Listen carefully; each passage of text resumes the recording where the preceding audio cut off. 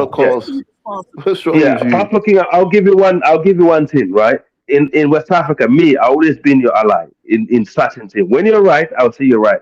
When you're wrong, I'll say you're wrong. Okay? We understand. Me from someone from Sierra Leone, I've seen what FBA if you want to call them that way, enslaved black people can do, with their hands, with their minds. I've seen it.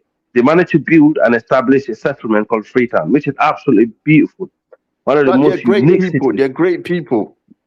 Yeah, with nobody, anyone that sit there and say African Americans or Maroons or Jamaican are not great people, they don't understand. They haven't seen the first hand of their real work. They can do it if they're in the right place to do it.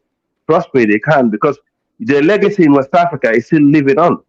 From Sierra Leone to Ghana to Nigeria to the most countries in the West Coast, in Africa for that matter. They established one of the first modern university in West Africa.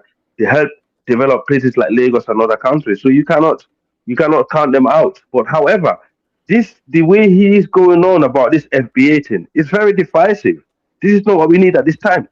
Yes, and We're it's trying very to say dangerous. agent, bro. Agent, bro. Very dangerous. Oh, why Yes, is it very dangerous? dangerous. Listen. Yeah. Now you All guys have black made this guy to Americans achieve is his goal. We are This is Yeah. what they want. So let's if you move on. start Let's talking move on. He's about trying to Let's move on. divert us from the real divisive, topic, man. He's So trying to divert us from the conversation. yeah. Another one said So dangerous. let's move How on. is it Okay. dangerous for U.S. slavery Let's descendants move to on. Let's recognize move our on. own lineage? Let's move on. I listen. Wait a minute. I agree with you. I agree with you in some point, but sometimes I disagree with you. But anyway, go back to the topic. Yeah. No, okay. So Wait, when Africa, you you said talk it's about divisive. Hold on, wait, Africa. It's a simple question. Wait, Africa, pause, because you're the most rational one besides Dinus. So I do have that respect for you. This simple question: why is it divisive for U.S. slavery descendants, whether we go by freemen, foundational Black Americans, aka FBA, or some go by ADOS, some go by so long? Why is it divisive for us to recognize our lineage? And I'll pause and let you answer. Please answer. Sir. There is nothing wrong with that. There's nothing wrong with that. There's nothing divisive about it. But it's the way But we're just talking about the way you're coming about with it. across. And The way when you we're are talking coming, about you one specifically. problem, yeah. When you're talking about one problem and you adding another problem on top of it, it's not good, because right now we're trying to talk about the problem, we're trying to find the solution so we can move on. And if we have an FBA topic, we can do the same thing. We've done that in the past. I have gone against my own people and stand up FBA brothers because I feel like a larger point. I feel like listen, I'm the sort of guy. You know me. I'm the sort of guy. I will stand up and speak the truth, even if I get rocks thrown at me. I don't care. I will stay numb and I'll continue speaking the truth. Okay, so I don't care about that. Yeah. Let me ask you this question: do you understand the concept? Passport King, listen to this. Listen to this. Passport King. Yo, Passport King. Passport King. Let me talk, man. Hold on. We know how great Black Americans are. We know what Black Americans have done. We ain't done. We got TVs. Exactly. We know what they've He's not a done. Black American. He's a Caribbean cosplaying as an African American. I'm Caribbean. But you got and Caribbeans as well. You get me? Yeah. And all it is.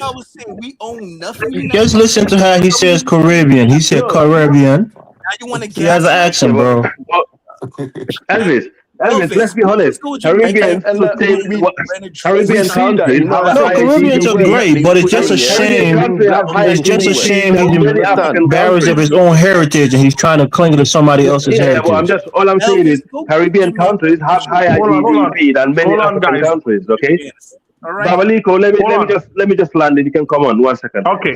Caribbean countries.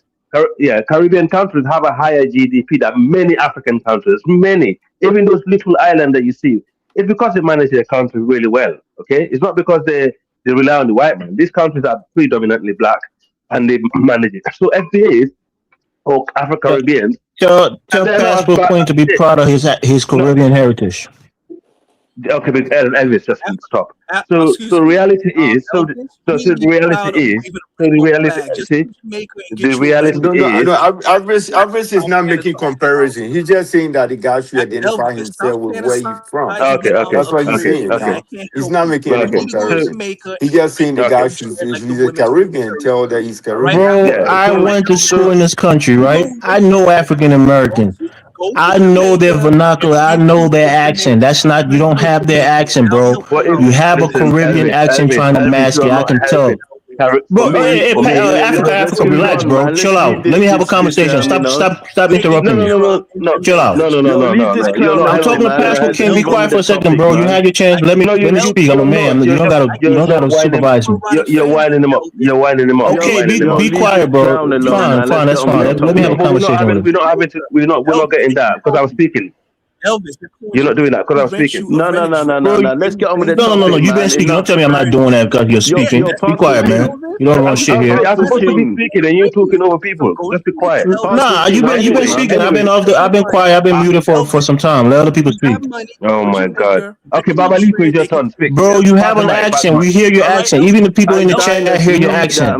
We hear Diners speak. We hear College speak. We hear other African Americans speak. We can tell the difference. You have an accent. Whether you're going to come and admit it or you're going to be afraid of your Caribbean heritage. Maybe you got bullied for being a theater, so now you're trying to cosplay as being an FBA. We hear it, bro. How do you people that flee from You're flying theater. You can't even speak with the vernacular. You can't even speak with the accent, and you're telling us you're FBA. It's a damn shame. I'm sure your parents will be ashamed that you're disowning their heritage. You're insulting Caribbean for no reason. Say Caribbean real quick. Say Caribbean. Why you whispering, bro? Speak like a man. Use your voice. Project. What if I was a Caribbean? Every time, CD, like Bro would say he's trying to speak series, right? People try to speak series, they try to whisper. They don't want to talk too loud because they will lose control of what they're trying to say. African American will not even come on this show and do this. You know, we know he's Caribbean. Why would you don't want to identify yourself from where he's from? We know you're Caribbean, bro. That's what I'm saying. Don't insult our intelligence and think we can't tell that you have an accent. You clearly do. No. Use your high IQ. If I was really Caribbean, use your high IQ. Use your African Americans don't talk like that. Use your high IQ. We hear it, bro. Every word you say, I can hear it. Why does it matter? Why does it matter? Just leave it, man. Why does it matter? Just leave it. Leave it, please. Move on. Since you know so much. Go on, Elvis. You got the floor. What benefit would I get? Oh, you want me to try to guess of all the Caribbean country which one you come from? No, Elvis, that's not. I just know you're Caribbean, bro. What benefit would I get out of pretending to be FBA since you claim I'm not one? Go ahead, answer. Bro, that's what I'm trying to explain to you, right? I was in middle school, I was in high school, elementary school in this country. We saw African kids who was ashamed of being African, so they said they were, African Americans. And, some of them, had a slight accent. If you didn't really know, you couldn't pick it up. But Elvis, then there was Jamaicans who maybe lived here for a long time, and maybe their accent wasn't so visible. They said, Elvis, let me explain to you. They said they were African Americans until the African American. Hold on, let me finish, bro. They said they were African Americans until the African American went to their house and smelled that curd goat. British accent. Hold on, bro. Africa. I'm speaking to the man. Let me speak. So we know Africans who cosplay as African Americans until their friends went to their house or met their parents and realized, oh, you're African, and then they say, yeah, I'm African. Okay. But for you're speaking to people who grew up in this country who've had that experience. You have an accent. Elvis, slow down. Don't be like a hysterical woman. So are you saying that? But you continue to talk for everybody. This is the part we don't understand. You never stop talking. You need to be shut down, man. Gospel King, you need to be shut down. You're diverting us from the topic. But that's why you guys gave the so important to this guy. You started bringing Terry Nashi. I told them never had regular job in his life. He made me be promoting him to say he worked for CIA. This guy don't work for no CIA. Elvis, he's just a useless guy. FBAs. So I mean, why would you do all of that? 50 million. Are you saying that we all have the same accent? All I'm asking you is to say the word Caribbean. Stop. I'll try and give you the CIA vote. You know what I'm saying? FBI is not working for no CIA. You're getting that. You want to talk no, man? CIA man. I'm here, man. I'm listening to you. Talk no, man. Babalika, you're from the Caribbeans, right? Yeah, I'm from the islands, man. Yeah, I'm from the islands. Okay, I want you to listen to this guy when he talks. You can hear that island, in his voice. He's trying to mask it here. But you see, a lot of those FBAs have to remember. They talk a lot of garbage, but they are treating people like Marcus Garvey, who's from the Caribbean. Fight for American. Fight for Black American. Motherfucker, Marcus Yeah. Garvey. You understand? They always think it's just them. Hold on, man. Hold on. It's a fact. It's a hold fact. on. Okay, go ahead. Say It's a fact, man. Come on, man. Come on. It's a fact. So we're not coming here, and I don't think this Danis on this is a American and Caribbean and a thing, because we don't own. The end of the day, we don't own anything. Okay, and we fighting each other for nothing. All this tribalism and this American and this it doesn't even make any sense, man. You know what I'm saying? So what I'm trying to say is leave all that shit nonsense out there, man. That's nonsense. We can't worry with that when we at the bottom of the toll pole, man. It's ridiculous. It's absolutely ridiculous. Black Americans spend the most money in America when it comes to buying stuff. They spend the most money. Africans have the most. They got the most raw materials. You understand? And people love to come to the Caribbean and hang out and do all these stuff. But the ending of the day, we don't own anything. Okay? We fight each other for nonsense. I don't know who bring up this FBA nonsense, but it's nonsense. I don't want nobody coming in my face talking to me anything about this FBA, because it's going to be on. And none of this nonsense, because we got to worry about working together. We got to worry about working together. Black Americans, Africans, and Caribbean. We got to worry about working together. We got the money. This is what no. You're not going to stop my lineage. Hold on. This is what you're not going to stop my language. Passport, you got to control yourself, man. You got to control yourself, man. You got to show some decorum, man. All right, guys, I got it. Let me fake, man. You're fake. Hold on, guys. Let me pass the mic.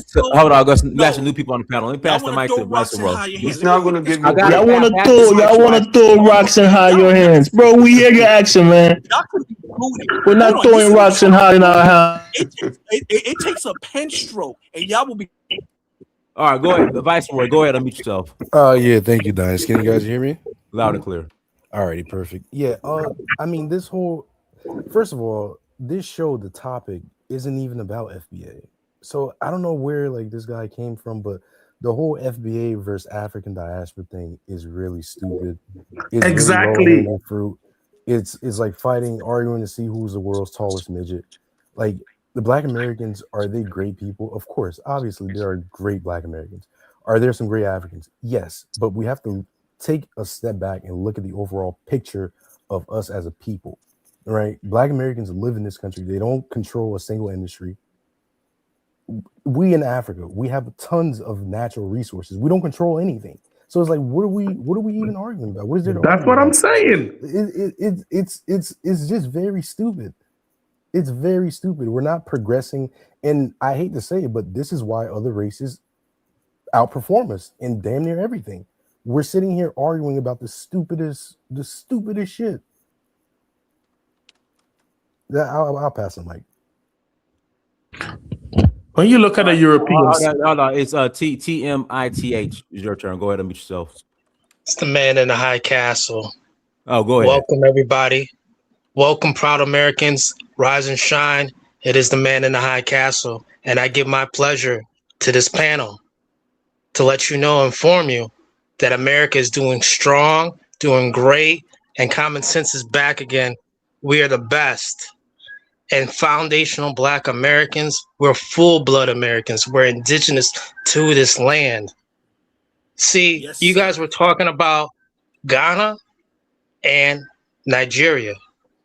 You would think that the way you're talking that your brothers and sisters having sibling rivalry, but I guarantee that none of you on this panel right now can name the two tribes that would link your ancestries together in Ghana and Nigeria.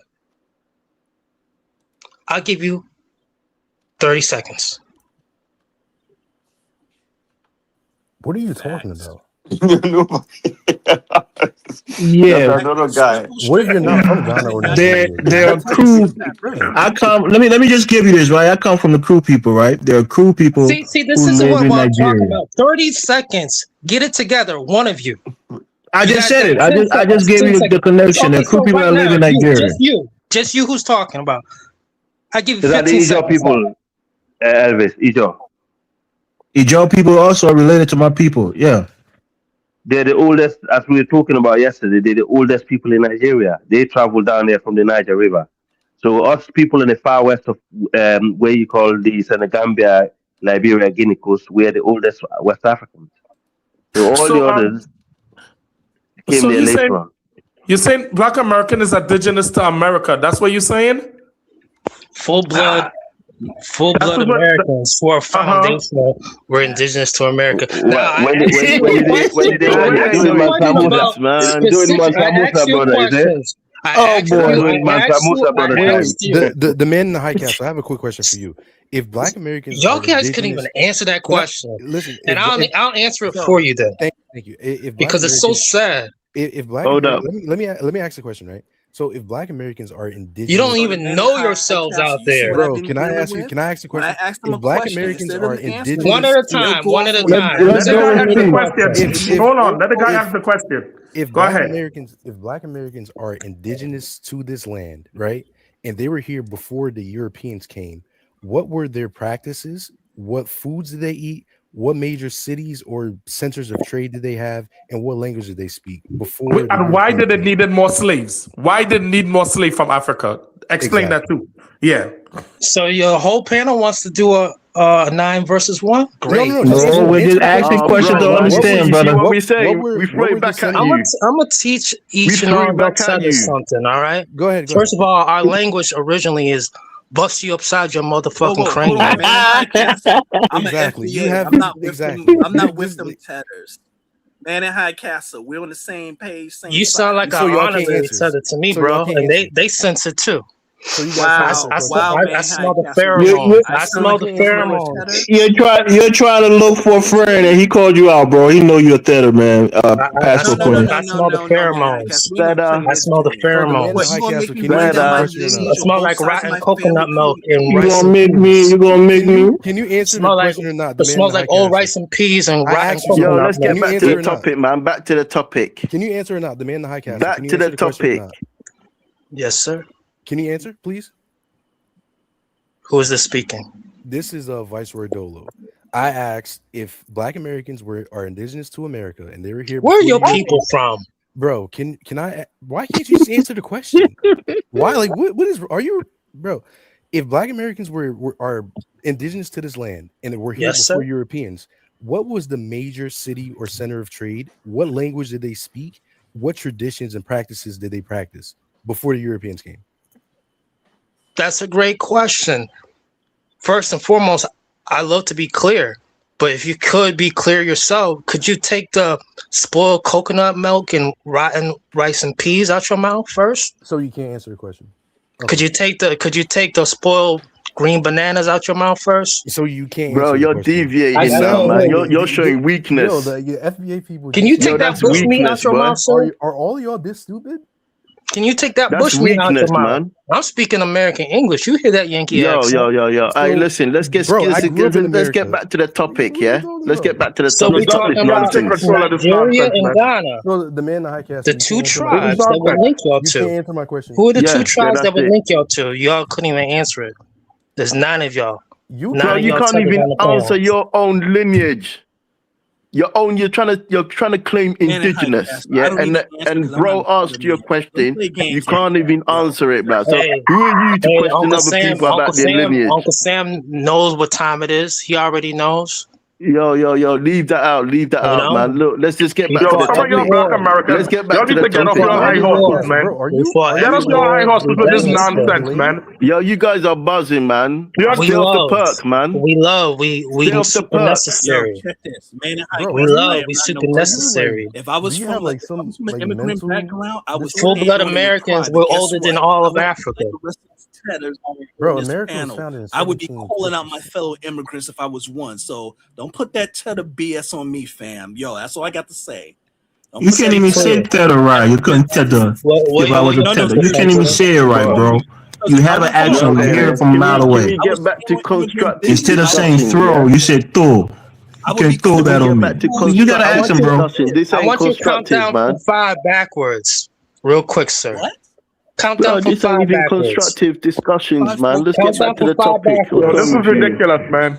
Yo, And your I time is up, guarantee man. you, once you get to 3, you say Man, tree. High Castle. You say Yo, tree. I did not say tree. All this nonsense you're talking about. Yo, Y'all was here and Now, all this now, nonsense. man, High Castle. See, that's the It's kind of nonsense. stupidity that makes FBA. Let's count down from 5 Just to because backwards, you may not everybody. like the way I phrase certain things, Yeah, that don't mean you're cheddar. okay. It's not that we don't like the way you phrase it, brother man. It's that you have an accent and you're denying it. It's a damn shame. You guys hey, bro. fell right into his This trap. dude want to be You a fell fool. We right gonna into be a his trap. fool with him, man. We can't take a fool to No, be but seriously. you fell right into his trap. I warned you, but you didn't What do you listen. mean I fell into this trap? I'm just playing fool out of this fool. I'm not taking this fool seriously. No, but you okay. Now this whole conversation has been derailed. I came to give my submission about the topic. This guy keep trying to make it seem like it's a competition Yeah, but between now Nigeria and it's going FBA. backward No, it's and not. forward. Hold on. Nope, you're not going to throw a stone at how You're not gonna throw. Come on, bro. No. You know what? The word is throw. You're right. Throw, not This guy is throw. Caribbean. He's He's definitely Caribbean, bro. I'm saying it. I'll speak on Yeah, it. I got it now. Definitely he is. He is. I don't know why he's It's nothing hiding, but but he is. tribalism on the continent, both inside the African nations and among other African nations. But when y'all get online, and if y'all come to the USA, y'all try to You play come to the this USA. card Who game. talks like that, man? Y'all come. Man, come to the USA. Top of the morning, Mr. Man. Y'all hold hands and Yo, kumbaya. Africa, this mystical magical wonderland. The guy want to speak Siri. You want to You want to speak serious, CD? I'm telling you. He's a feather. He gotta put an air behind everything like a white girl. You come to the USA. We go to the nations. This guy's out of his mind. The reason why Africa would never Your time is done, man. Your time's done, man. You come in here with some nonsense. Yo. Your time's done. You come in here and talking some nonsense, man. We ain't got time for them nonsense today, man. We got some real shit to deal with. You come in here with yo is a a nation to the land. All of you talking is nonsense, man.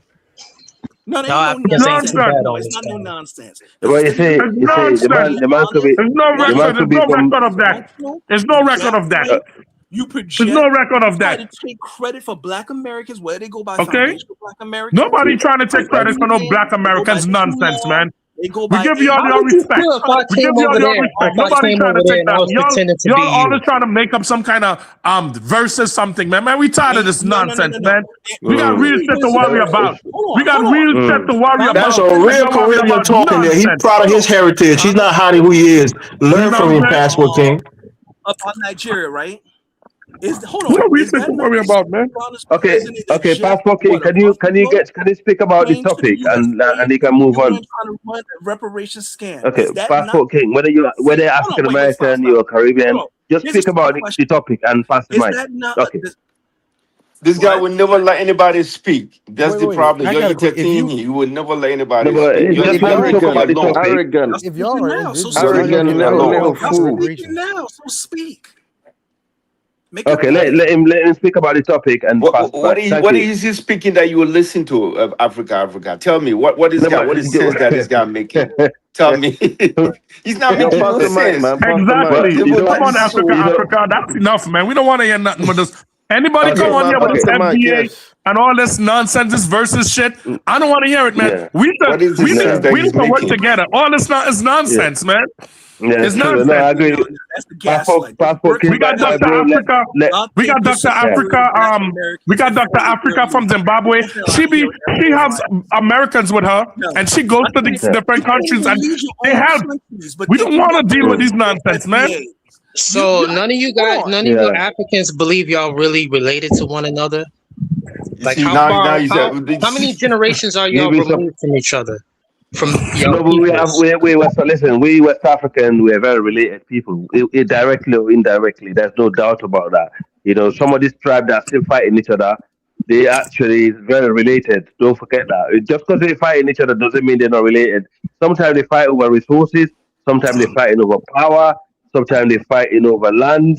Sometimes they fighting over cultural differences.